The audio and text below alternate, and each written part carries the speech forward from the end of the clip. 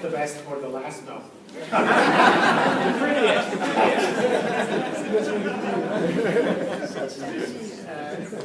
You can probably guess what I'm going to talk about.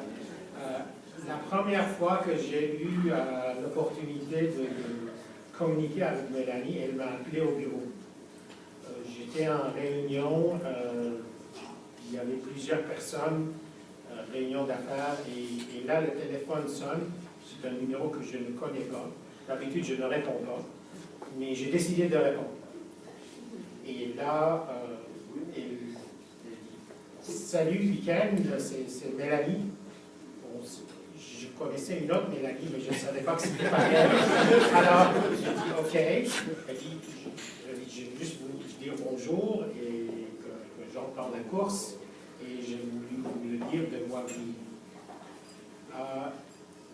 Nobody else has done that before to me, so I was sort of a little bit taken aback. I actually had to get out of the meeting, of course, to speak with her. And I had a little bit difficult time trying to get back into the mode of the meeting. But then afterwards, after several months of working on my own campaign, having Mélanie as an adversary, we started meeting together to talk about ideas. And that is something very, very important for me, because as you know, my own background is based on I ran a campaign of ideas, and I needed to be convinced that the other people who were running for the same position were people who had who were running a campaign based on similar principles. We had several coffee meetings, several long coffee meetings, where we talked about everything. We talked about Syria, we talked about foreign policy, we talked about social policy, we talked about the Liberal Party. And there's one thing throughout that which was very important. If there is one word that she repeated all the time, it was the word progressive. I remember that word every single meeting. In every single topic, she talked about progressive ideas, progressive policies, which is once again very close to my heart, because politics in itself must be something that contributes to the progression of society. She defeated me, and I'm glad she did. And I say that very sincerely and honestly, because during election night, I was imprisoned as a volunteer doing vote count. For those of you who don't know how it's done, is you basically go, you represent a candidate and you go into a polling station and you're not allowed to leave, you're not allowed to talk, you just basically sit there until all the voting count is finished. And my tradition is my election night, federal election night, is always reserved for the Alensik Kartjegel riding. I do not work anywhere else. I have done that for the past 20 years. I work election night is for that riding. And I respected that tradition this year as well.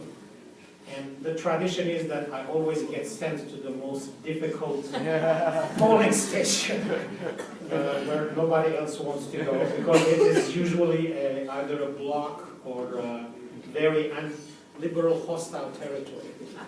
So I am the one who goes there. And it's the biggest polling station. It's called Sophie Bara.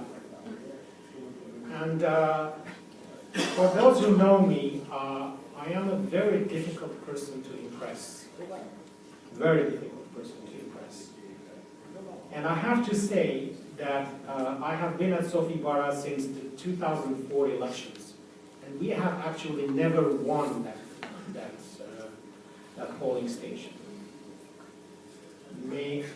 Mélanie Joly a écrasé l'opposition là-bas. I did not know the result of the rest of the election. I was sitting there. I only knew about our victory at around 12:30 when I got out of Sophie Bara.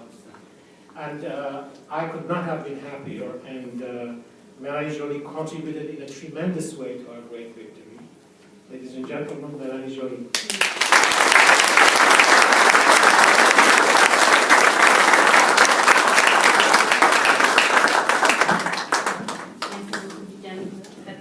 Très apprécié. je voudrais souhaiter joyeux Noël à toute la communauté. C'est vraiment un plaisir pour moi d'être ici. J'y tenais. J'ai même fait en sorte que ma chef de cabinet, mon sous-ministre, toute l'équipe viennent faire une réunion stratégique à Montréal, ici, plutôt qu'à Ottawa. Comme ça, je pourrais être présente ce soir.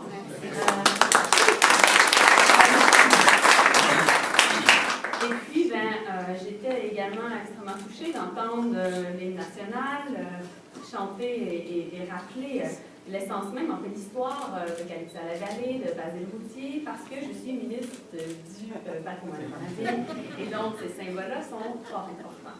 Alors, merci de très bien chanter. C'est un plaisir pour moi, en fait, d'avoir entendu aussi le témoignage de Vivienne, parce que je vous dirais que the long nomination process was very demanding, striving, but ultimately made me a better person and certainly a better MP. And it really helped me to understand the various communities. Obviously, I had friends from the Armenian community, from the Lebanese community, different communities, but the better understanding of the 55 communities of Huntsic-Cartierville made me a better MP and ultimately a better minister. And I'll tell you why. En tant que ministre du patrimoine canadien, je suis en charge du multiculturalisme, de la diversité et de l'inclusion. C'est une nouvelle fonction qui a été rajoutée à Patrimoine Canada parce que ça faisait plus de 10 ans que ce n'était pas le cas. C'était avec le ministère de l'Immigration. Alors, c'est un retour au sein du patrimoine canadien. Et rapidement, à cause de la question des réfugiés syriens, je me suis retrouvée à être impliquée dans ce dossier-là et devenir vice-présidente du comité de réfugiés syriens.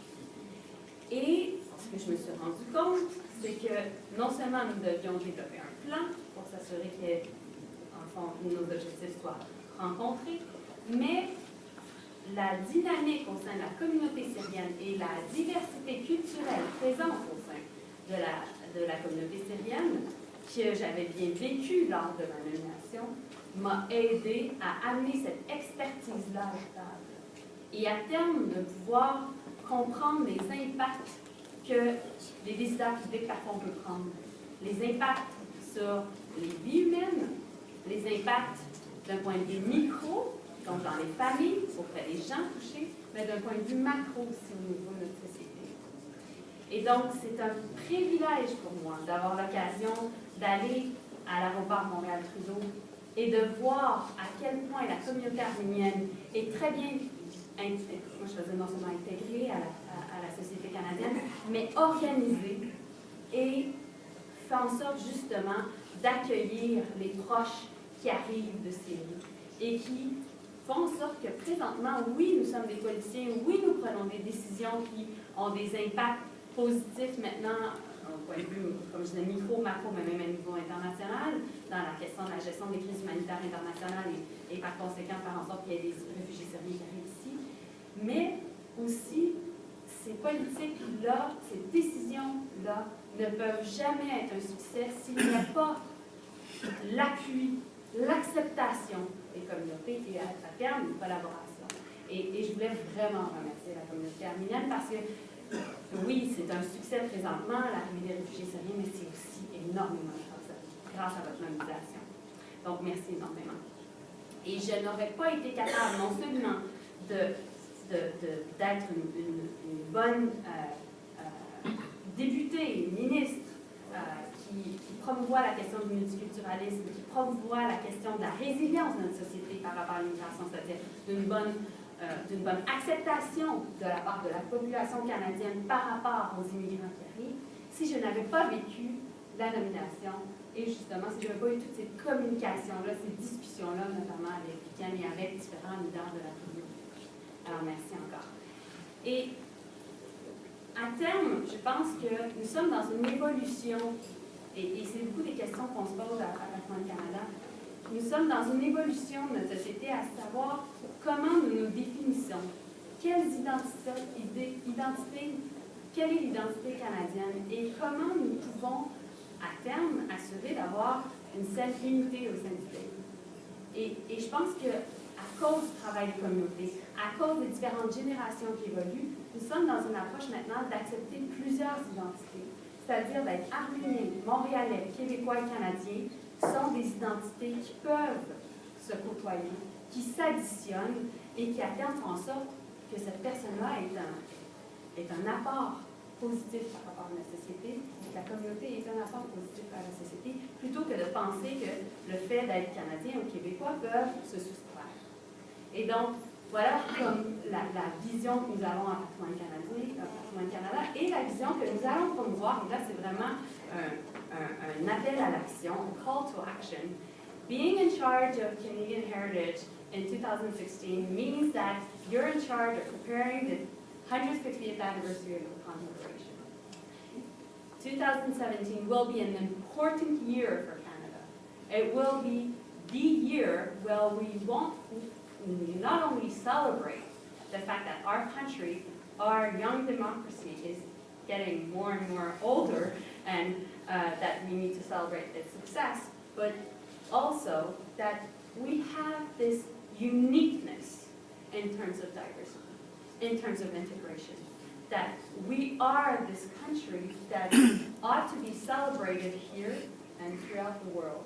And it's up to us to prepare ourselves for 2017, because for sure there's going to be an important announcements throughout the year. Legacies will be very important. We will make sure to make an everlasting mark on our society through the celebration of 2017, and I hope I can count on your help, and my words are now going to the Council of Armenia, and I hope we can also count. Now, it's payback time. I hope we can also count on the Armenian community in Armenia to make sure that we celebrate 2017 as we ought to do.